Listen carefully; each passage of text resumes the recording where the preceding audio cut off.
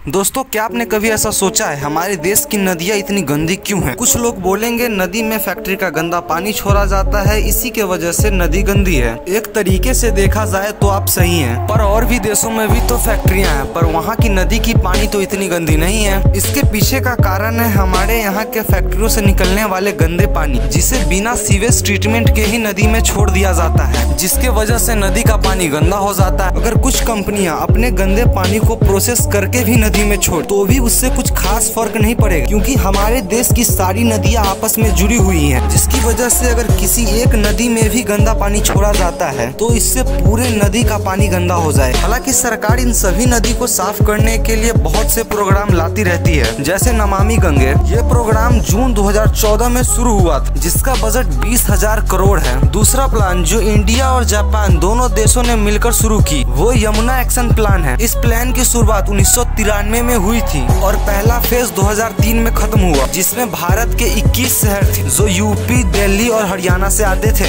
इस प्लान का बजट 682 करोड़ था। इस प्लान का दूसरा फेज 2003 में शुरू हुआ, जो कि 2020 के बाद तक भी चल रही है। कहने के लिए तो एक सर्वे के अनुसार गंगा नदी 2020 में पॉल्यूशन फ्री हो गई, पर आज भी गंगा नदी का पानी इतना साफ नहीं हो सका जितना इंडस्ट्रियलाइजेशन से पहले था। जैसा कि मैंने आपको पहले ही बताया था कि भारत की सारी नदियां आपस में जुड़ी हुई है, जिसके वजह से अगर आप एक नदी को अच्छे से साफ कर भी दो, फिर भी वो कुछ दिन में पहले जैसा ही गंदा हो जाएगा, क्योंकि जब गंदे नदी का पानी साफ नदी में आएगा तो जो वो साफ नदी है वो फिर से गंदी हो जाएगी। पर इसकी वजह से हम नदी को साफ करना तो नहीं छोड़ सकते हैं। अगर हम नदी को साफ करना ही छोड़ देंगे तो हालात अभी से भी ज्यादा खराब हो जाएगी। गंदे नदी के पानी को अगर कोई जानवर पी लेता है तो उससे कई सारी बीमारियां होगी और बीमारी फैलते हुए महामारी का रूप ले लेगी, जिससे इंसान भी अछूता नहीं रह पाएगा। और हमारे देश की मेडिकल फैसिलिटी कैसी है ये तो हम सबने कोरोना के समय देखा ही था, जहां एक ऑक्सीजन सिलेंडर के लिए कितनी सारी परेशानियां हो रही थी। इन सभी चीजों को रोकने के लिए केवल सरकार ही जिम्मेदार नहीं है, हमें भी अपने ओर से जितना हो सके उतना सहयोग करना चाहिए, क्योंकि ये केवल सरकार की लड़ाई नहीं है बल्कि पूरे देश की लड़ाई है, जिसे कि हम साथ मिलकर ही जीत सकते हैं।